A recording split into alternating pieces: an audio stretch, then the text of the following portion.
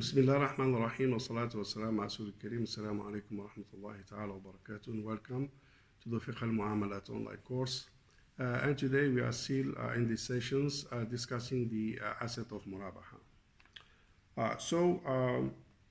Let's carry on the following points with regards to the asset, and this is something related to the defect of the assets.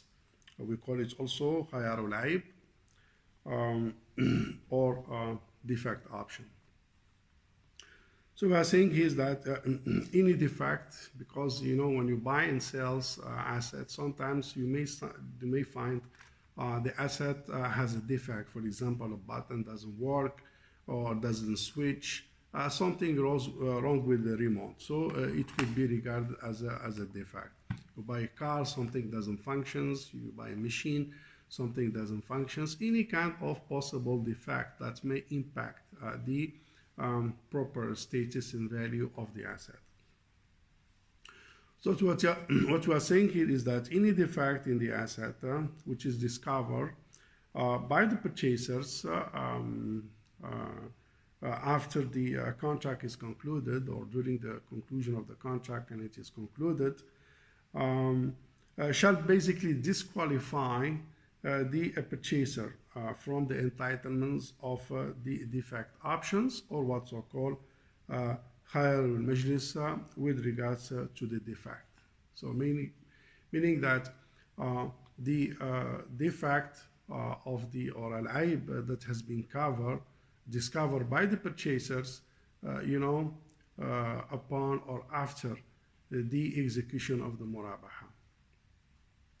That kind of defect will disqualify the purchaser from exercising his right or of defect options, or what's called khayarul aib, meaning he cannot contest, he cannot argue, he cannot basically object, because the defect has been discovered basically after the contract is concluded, and or after the murabaha is concluded. The following points is that the defect, in case this is the other scenario, is that any defect in the asset which is basically occurred before entering into the contract, has been discovered, it has been detected before entering the contract, but discovered after entering the contract of murabaha, this one will entitle the purchasers of the defect upon the options of the aib or khayarul aib, which means that the asset has a defect. Let's say two button that doesn't function, or one button doesn't function, or whatever possible defect that you can imagine in a remote control, and mainly basically controlling the TV with this remote. So some buttons is not working, few of them are not working, one of them is not working. So this occurred before the murabaha, but it has been discovered, this defect has been discovered after the contract is concluded. This one will maintain the options of khayarul aib and the option of defect. But the first one is that the asset is sound and intact and no issue in it, but the defect occurred basically after the contract, and respectively also discovered after the contract. Because you see, liability and responsibility and accountability of the assets lies with the purchasers as long as he has the ownership and the asset in his hand. Upon the execution of the contract and the sales, the assets, risk and liability and accountability and all possible defect will be transferred to the purchasers by the ijab and qabul, where the ownership will take effect following the delivery, where a physical possession or constructive possession will take place. So there is a before and there is after. And here we are talking about the defect Sometimes the defect is before, but the discovery is after. This one will maintain the hayaru and aib.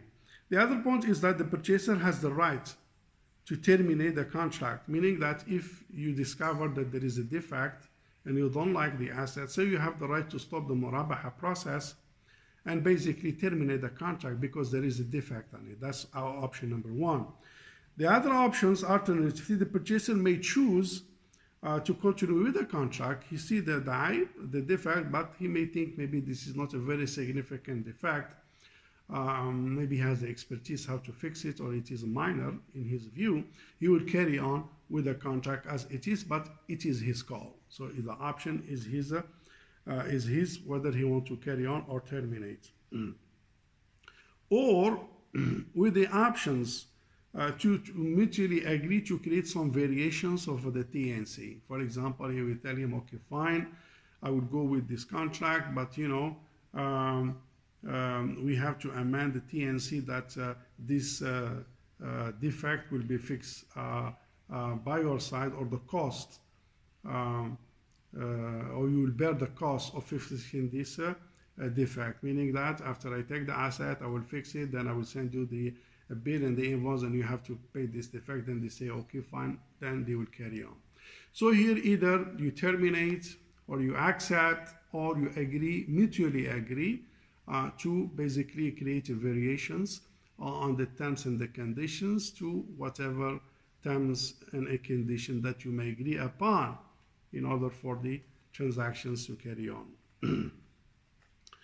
The other point is that the contracting party may mutually agree to specify the period for the defect options at the time of entering the contract. So, as you know, these defect options could be agreed upon and could be monitored. As you know, in some stores, they will tell you that you have only 3 days to return the asset if there is any defect. Otherwise they will not entertain you.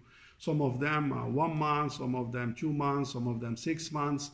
And of course, the reliable manufacturers and the branded, they will give you up to 2 years. Like for example, washing machine. So basically, they'll give you a guarantee on any possible defect for 2 years. Some cars, they will give you a guarantee for the engine 5 years. So this is of course, vary from industry to another industry. It depends on the order and the practice and how sensitive is the item and how solid and sound is the item.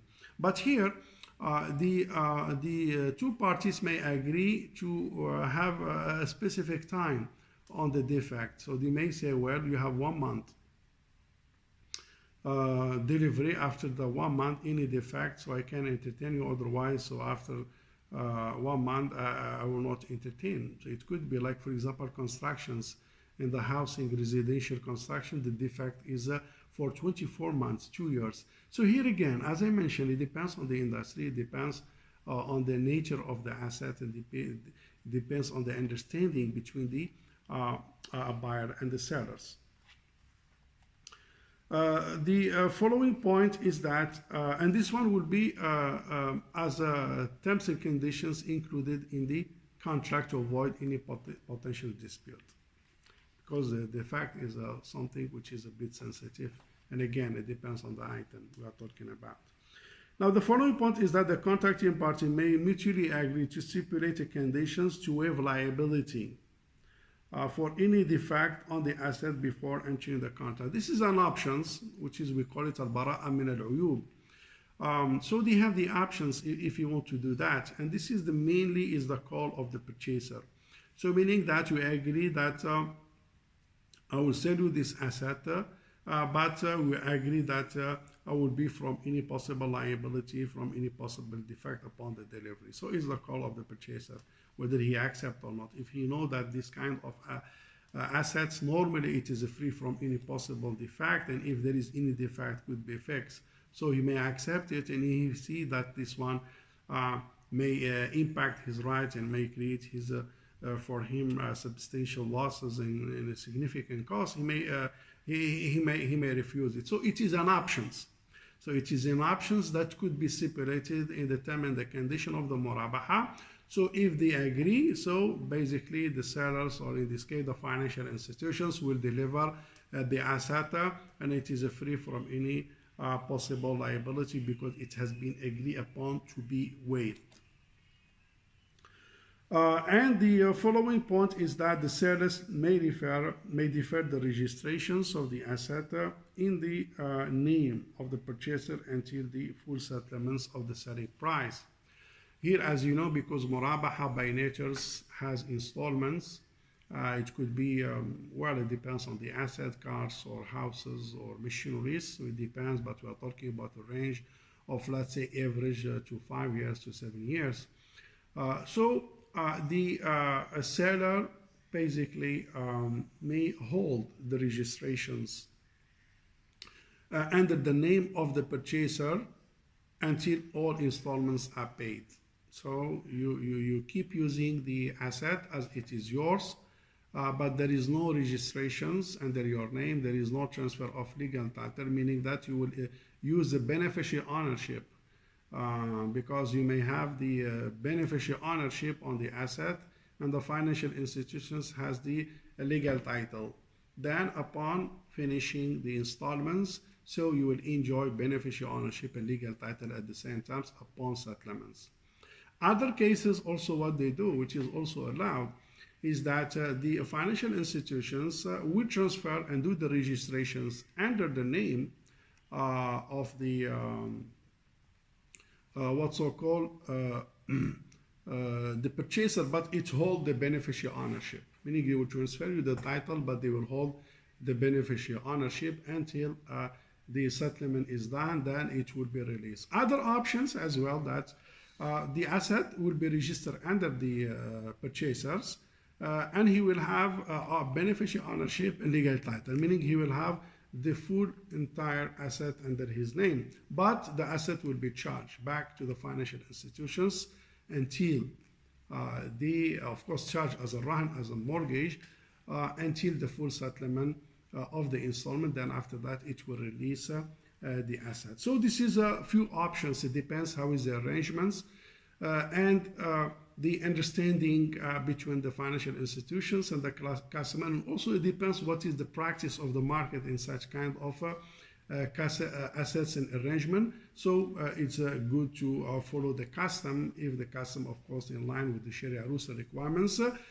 to ensure consistency in the practice and more understanding by sellers and buyers, and more relevant and convenient to the court to understand the cases in case of dispute. I think with this we come to the end of the assets of Murabaha in these points, and we shall carry on our discussion starting with the price in Murabaha in the next sessions. With that, thank you very much, and Assalamu alaikum wa rahmatullahi ta'ala wa barakatuh.